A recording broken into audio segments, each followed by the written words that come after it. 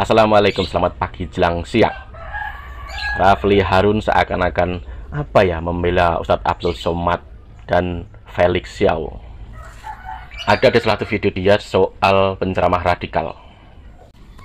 Gini ya, tujuan pelarangan para penceramah radikal dan juga BNPT mengeluarkan soal yang jelas soal penceramah radikal itu baik untuk negeri ini. Sangat baik, kata siapa? Nggak baik. Ada di sebagian medsos itu yang bisa dibilang kayaknya dia nggak percaya gitu. Padahal negeri ini saat ini isu-isu opini dan lain sebagainya yang berujung berujung caci maki-makian itu juga salah satunya berawal dari adanya ustadz-ustadz yang bisa dibilang kurang ramah. Ada ini di salah satu website. Ini ngambil mungkin dari YouTube-nya Rafli Harun. Kayaknya Abdul Somad dan Felix Xiao masuk daftar penceramah radikal. Rafli Harun pasang badan, omongannya jelekit. Ini ada di website Populis. Di situ Rafli Harun dia itu seakan-akan menyanggah soal UAS dan Felix Xiao bahwa mereka itu bukan penceramah radikal. Padahal di BNPT itu ada. Penceramah radikal itu bagaimana dan jelas. Apakah Rafli Harun itu lupa saat UAS berbicara soal Suriah? Padahal dia diundang loh oleh alumni SAM di Indonesia untuk datang tabayun. Dia nggak berani datang saat dia berbicara soal Syiah dan lain sebagainya di Suriah. Belum lagi soal dia berkata Yayi Isamuddin, seorang rois PBNU yang dianggap belum sunat lah, dipecah dari MUI lah, NU lah. Kan jelas dibantah loh istrinya Kiai Isom. Belum lagi Felix Xiao soal nasionalisme dan lain sebagainya. Videonya ada banyak, video soal khilafah dan lain sebagainya ada sampai sekarang banyak. Jejak lama itu ada. Orang BNPT itu tidak bodoh. Di BNPT itu banyak para mantan terorisme, para mantan orang-orang yang pandangannya radikalisme, ustadz, kiai, haji sampai S3 profesor itu banyak. Mereka tuh lebih tahu. Mereka juga tahu misalkan ceramah A, B, C ini mana yang sesungguhnya ceramah-ceramah propaganda. Itu tahu. Data di BNPT itu banyak. Seabrek. Jadi misalkan BNPT mengeluarkan soal penceramah radikal lah, soal ustadz-ustadz apa yang bisa dibilang radikal, itu sudah melewati screening. Karakter, narasi, propaganda, dan lain sebagainya.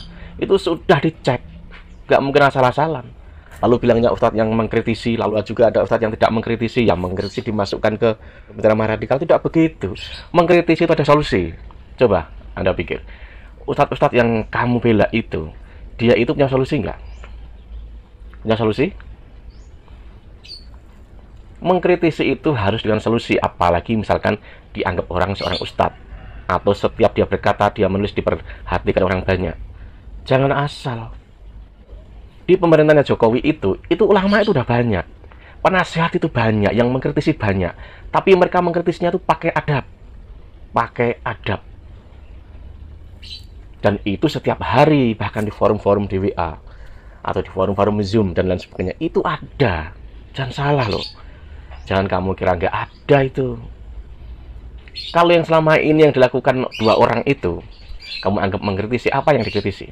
Politik, ekonomi, budaya atau apa? Atau satu level ustadz yang mengkritisi semuanya? Ya harusnya kalau politik ya pakar politik atau orang politik. Ekonomi harus orang yang tahu ekonomi. Kalau satu level ustadz dia itu mengkritisi semuanya, ya kalau begitu nggak perlu orang belajar itu ilmu A, B, C, D, nggak perlu. Cukup belajar jadi ustadz, lalu bebas mengkritisi apa saja. Kalau tidak tempatnya, kalau bukan pakarnya, bicara ekonomi misalkan, jadinya apa? Hasut, kebencian, dan lain sebagainya. Saya nggak akan ngomong banyak, yang jelas peraturan penyebutan juga ustadz-ustadz radikal, bahkan larangan soal mengundang para penceramah, itu baik untuk NKRI ini. Jika ada yang menolak, itu pikiran orang itu saja yang bermasalah. Di negara lain juga sama kok diatur, apalagi negara kita ini punya adab yang tinggi, bahkan bisa dibilang adabnya lebih tinggi dari banyak negara. Masa justru kita mau dianggap meniru bangsa luar? Di luar negeri udah diatur loh, di sini tidak. Bahkan diprotes orang sini. Kan aneh lagi malah. Mungkin harus diketahui oleh Rafli Harun dan teman-temannya. Kalian misalkan mau tahu soal rincian soal ustadz-ustadz radikal, atau seperti apa tuh ustadz radikal itu versi BNPT, versi pemerintah, datang aja ke BNPT. Silahkan Anda datang ke BNPT, tanya deh, seperti apa tuh maksudnya penceramah radikal. Dan harus diingat, penceramah radikal ini bukan hanya orang Islam, lintas semua penceramah. Jadi saya harapkan juga BNPT mengangkat penceramah-penceramah yang non-Islam, yang bisa dibilang tidak bagus, atau adu domba, atau hoax, dan lain sebagainya. Oke, sampai sini. Wassalam.